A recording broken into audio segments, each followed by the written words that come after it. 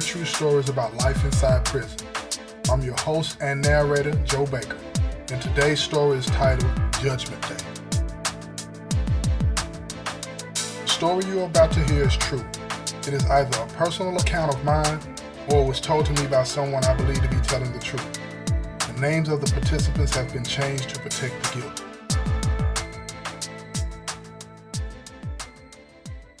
I've always said that it's the myth that attracts people to the gang life, but it's the reality that traps them in it. I became a member of the Gangster Disciples before I came to prison. I figured out early on that if I was going to live this life, I was going to be the one giving the orders, not the one receiving them. As I climbed the ladder and became the head of the compound, I was responsible for whatever happened there. Every day it was something. It was like being a parent to a dozen of unruly kids. I found out really quickly that no matter how high you climb in the game, that nobody is above the law.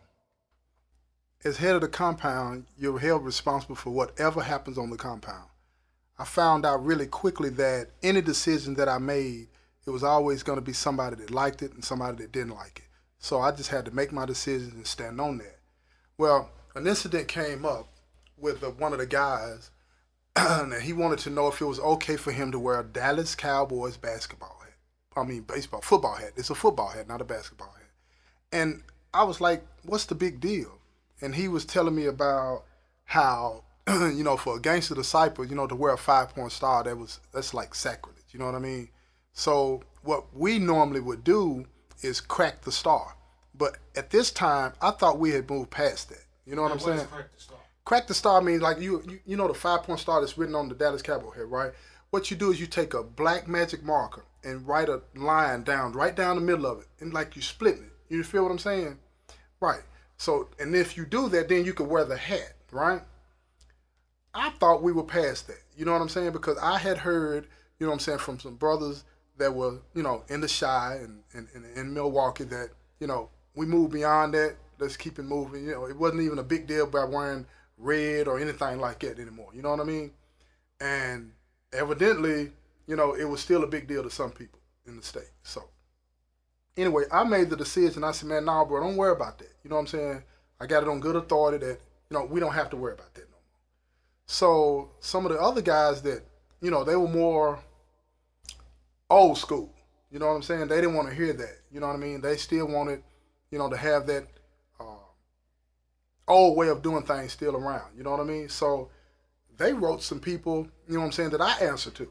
The people that ran the entire state. I only ran a compound, right? They wrote people that ran the whole state. And well, I thought that I was right.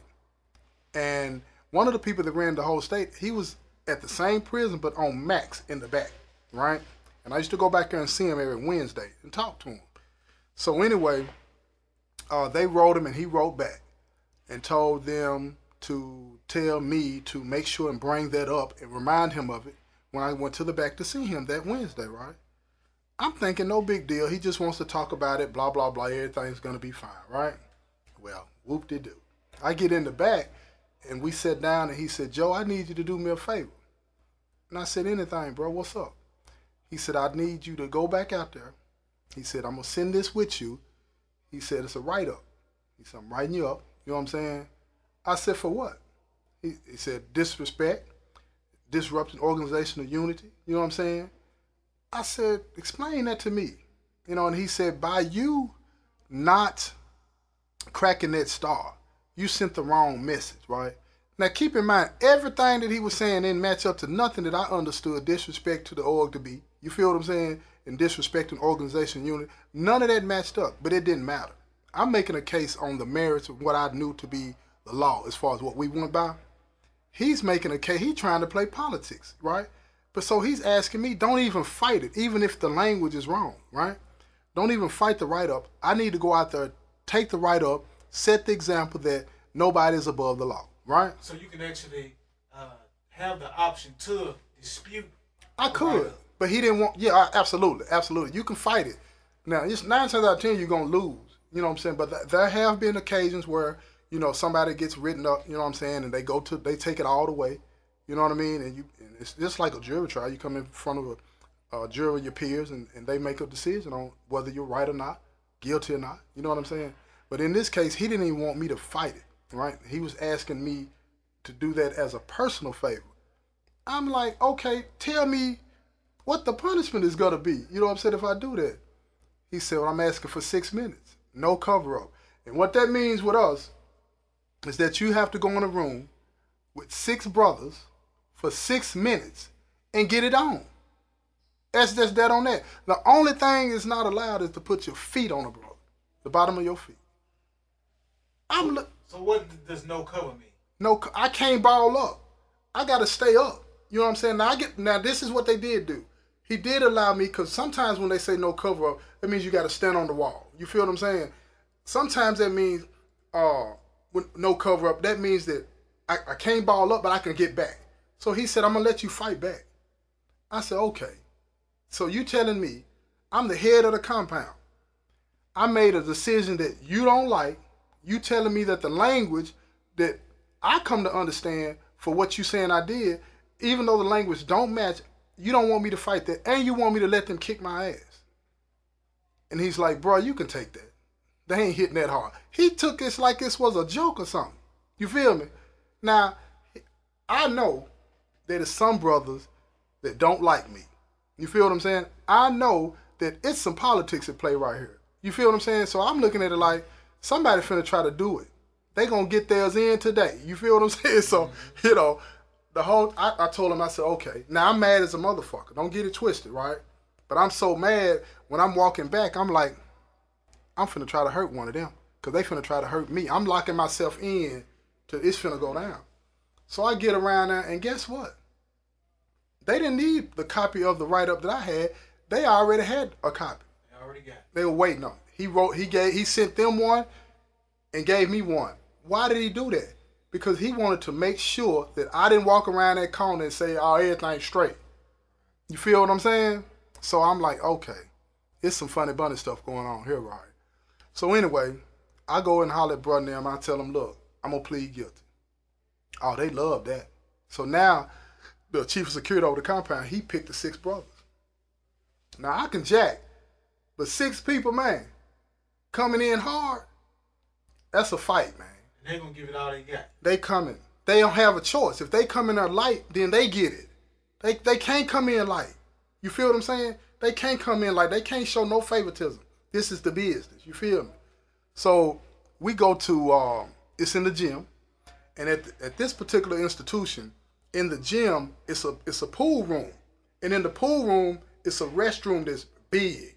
It's massive. You know what I'm saying? It can hold about 4 or 5 people easily inside that restroom, you know? So we go over there. I don't know who the 6 people are. You know what I'm saying? He's got a group of guys around me. That's normal. You know what I'm saying? Making sure that I'm going to go, you know what I'm saying, and take the violation. So I don't know if these guys are going to be the ones that are putting hands on me or whatever. So anyway, we get over there, and we go into the restroom. Oh, it's 3 brothers. I'm like, oh, okay, something done changed. So we in there, and it's going down. 3 brothers. And they not that big. You know, I'm 6'1.5", right? At this time, I'm probably weighing about 180. But I'm jacking, and I ain't trying to brag or nothing, but I got some hands, right? And I'm fast with them. So we're in there jacking. I'm holding my own, right? It was the setup. It was the setup, man. As soon as I got them on the wall, but they hit me. Now I'm leaking, they're leaking, but I can hold my own with 3 people, man, for 6 minutes. I'm still going to be messed up, but I can handle that. Man, look here. My back was to the door. Still got to deal with the other 3. I didn't know they were coming in. I done locked in. Okay, they just sent 3 in. This is what it's going to be. Maybe, you know what I'm saying, the brothers that's over me decided, look, just send 3 of them in. I'm thinking, you know, something like that doesn't happen. I'm cool with it. Because once that clock starts, I don't care what's going on. We need to get to that 6 minutes and get this over with. You feel what I'm saying? So I heard the door crack. And when that door opened, they rushed in. And all 6 of them are on me. I'm talking about, all I hear is pop, pop, pop. And I'm trying to get my bearings because I done failed. I'm trying to stand up. They accidentally step on my hands. Well, I'm going to say it was an accident because they ain't supposed to put their feet on no part of my body. But I'm trying to get up. I can't get up because my hand, they got their feet on my hands. When I do finally get up, my hands is hurting. I can't ball them up and really hit back like I want to. Man, I'm taking licks to the face. It seemed like every lick they was throwing was hitting me in my face and my neck. Behind my ear. My ear's cauliflowered already. Man, look here. When they called that 6 minutes, I was on the floor.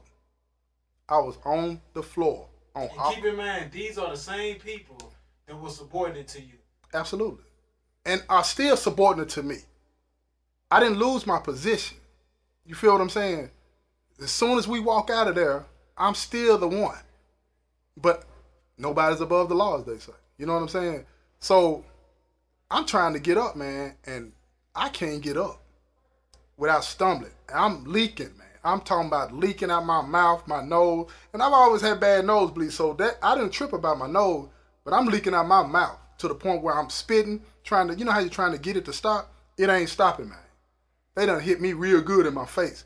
My eyes black, and keep in mind at this time, I'm the unit clerk.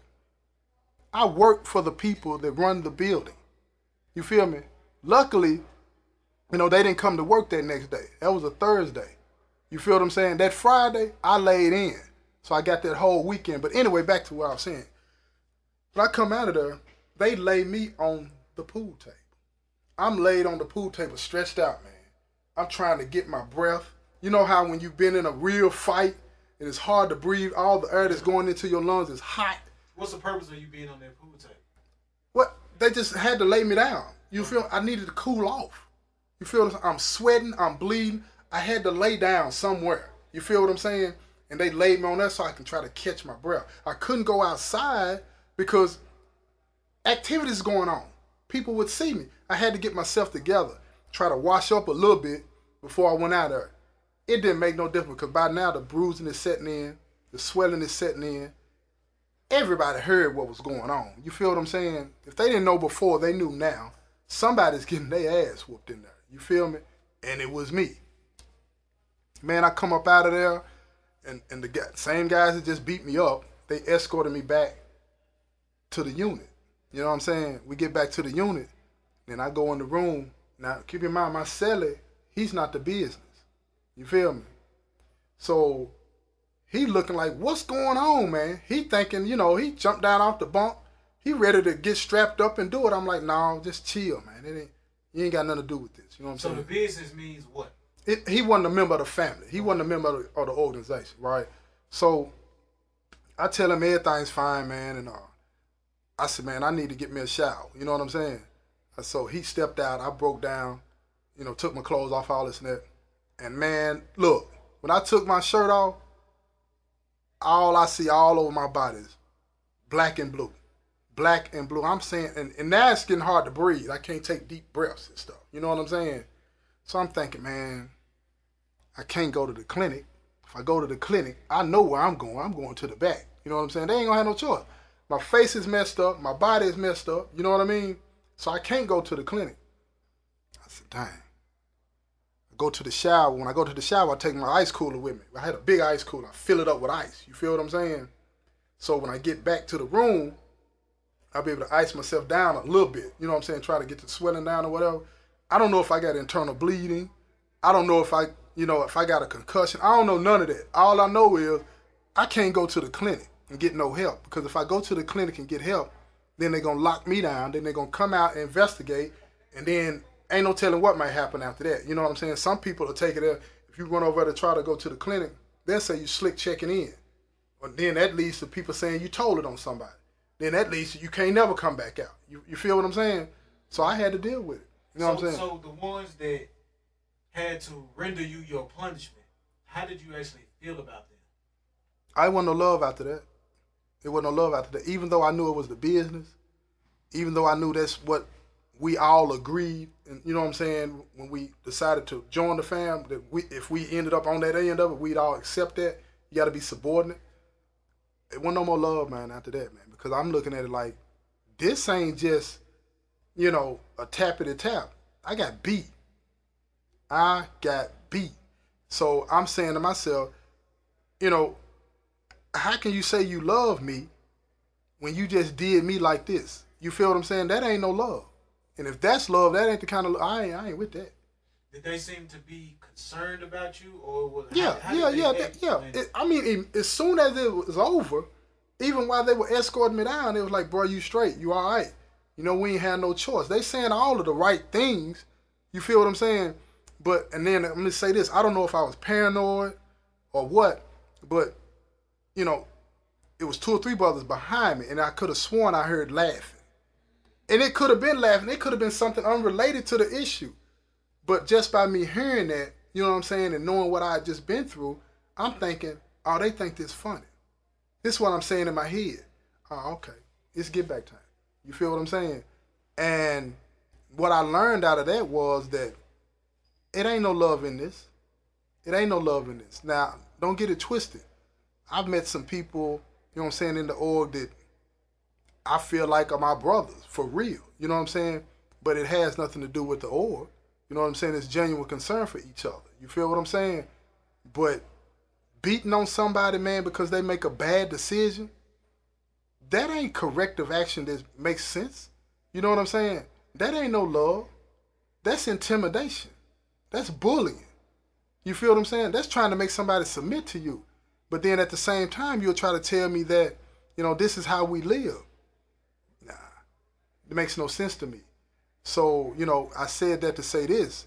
You know, before you make a decision, man, to join an organization to where, you know, you're going to pledge your life to it. You're going to pledge your life to something. You need to know what really goes on in there. You know what I mean? And if you can't handle that, you shouldn't do it.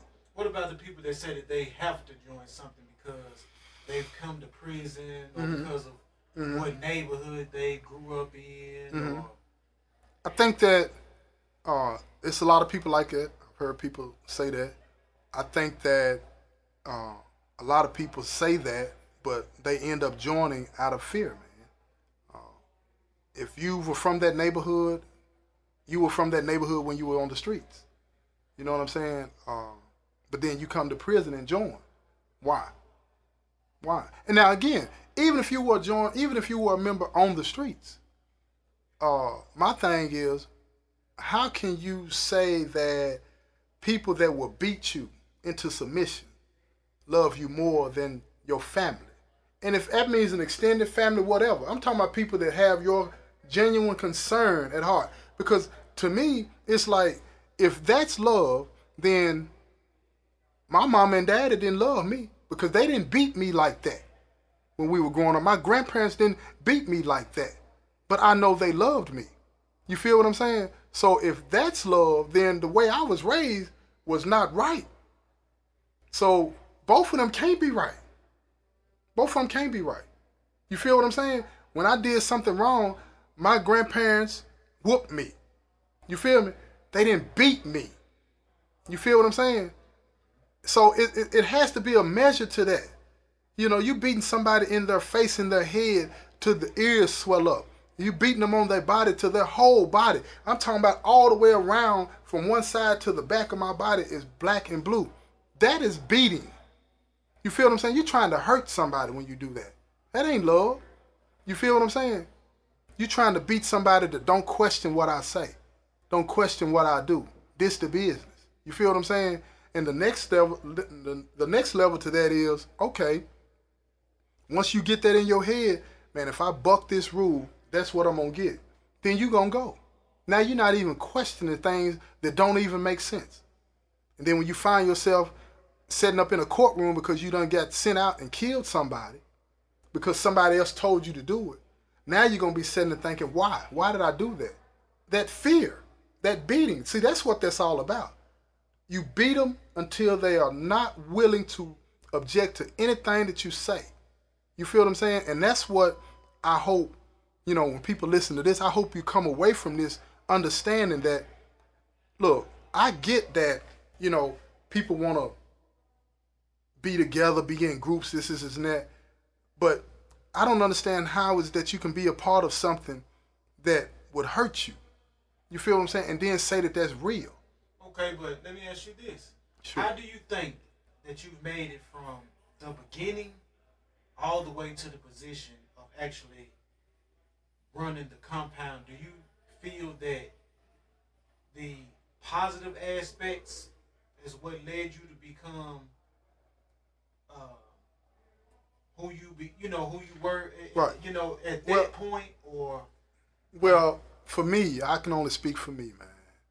Uh, I think that I was able to climb up the way that I climbed up because of, you know, what I knew, the connections that I had in the dope game. It wasn't because, Joe's a nice guy. You feel what I'm saying? He's a good dude. You know what I mean? It was because of what I can do. It was transactional, man. You feel what I'm saying? And I got rewarded with position for that. You feel what I'm saying? Transactional meaning you scratch my back, I scratch yours. Absolutely. Absolutely. You know what I'm saying? Joe has a lot of people that he can call and get this and get that. You feel what I'm saying? Joe is smart. Joe knows how to do this and do that. You feel what I'm saying? He's an asset to us. You feel what I'm saying? If we want to make Joe happy and so Joe would stick around, we need to do this. You feel what I'm saying? At the time, I didn't see it that way. I didn't see it that way. But now, as I look back, you know what I'm saying? I think that the org used me just as much as I used it. You see what I'm saying? I can't walk away and say, my hands are totally clean, because I put people in the rack. I did that. But it wasn't until I was on the other end of that I understood, wait a minute. You know what I'm saying? This ain't making no sense. You know what I'm saying? Now I think back to a lot of those younger brothers that I had put in the rack, and then later on I'd pull up on them and I'd try to talk to them. They didn't want to rap. They didn't want to rap. You know what I'm saying? Now I get it. How you going to sit here and tell me you here for me and you got my best interest at heart and you just let somebody come in and beat on me? You feel what I'm saying? This ain't real, man. So like I say, I would hope that people come away from this understanding that, there's nothing wrong with having friends. You know what I mean? And people that you care about that are not blood related to you. Nothing wrong with that. But if you got friends that require you to submit to them in a way that's harmful to you, they're not your friends. I don't care what they say. And I don't care what anybody else say. A friend is somebody that's going to love you and appreciate you just because of you. That's it. Not because of what you can do. Not because of the people that you beat up for them. You feel what I'm saying? You shouldn't have to do any of those things for somebody to care about you and to love you. No. And so if somebody calls you a friend because you've done those things, keep in mind, one day, the exact same thing that you're doing to people, one day it's going to be your turn. It's going to be your turn. And then you're going to know what that feels like. You know what I'm saying? So with that, you know what I'm saying, I'll close this out. Thank you for tuning into the show. Join me next week and hear the story about a good celly is hard to find.